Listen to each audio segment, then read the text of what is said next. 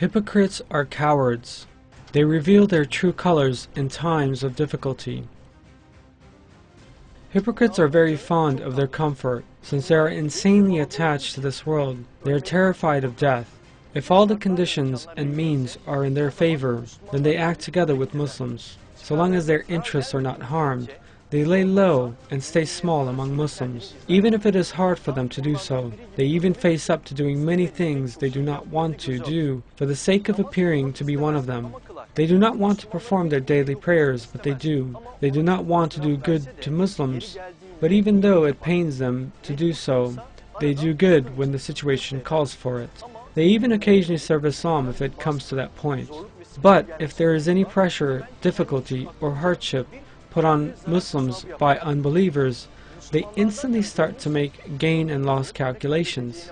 They consider what they would be gaining and what they would be losing if they stay with the Muslims.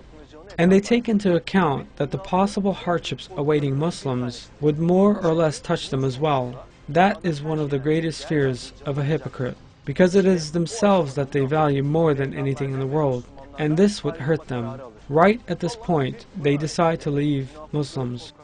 In a verse of the Qur'an, God draws our attention to the cowardice of hypocrites. They swear by God that they are of your number, but they are not of your number.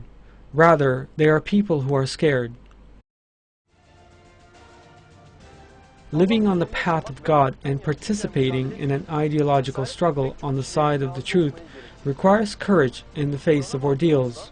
When we look at the Quran, we see that all the prophets and righteous believers have been tried with severe ordeals and hardships.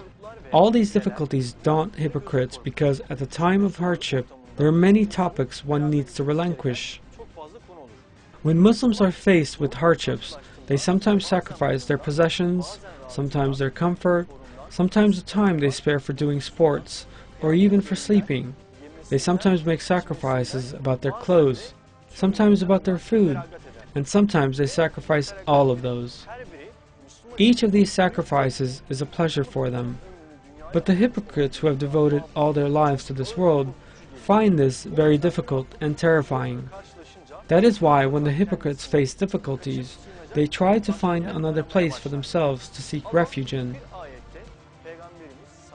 In the Quran, God informs us of the kind of excuses hypocrites at the time of our Prophet, peace be upon him, came up with to avoid difficulties. If it had been a case of easy gains and a short journey, they would have followed you, but the distance was too great for them. They will swear by God, had we been able to, we would have gone out with you. They are destroying their own selves. God knows that they are lying.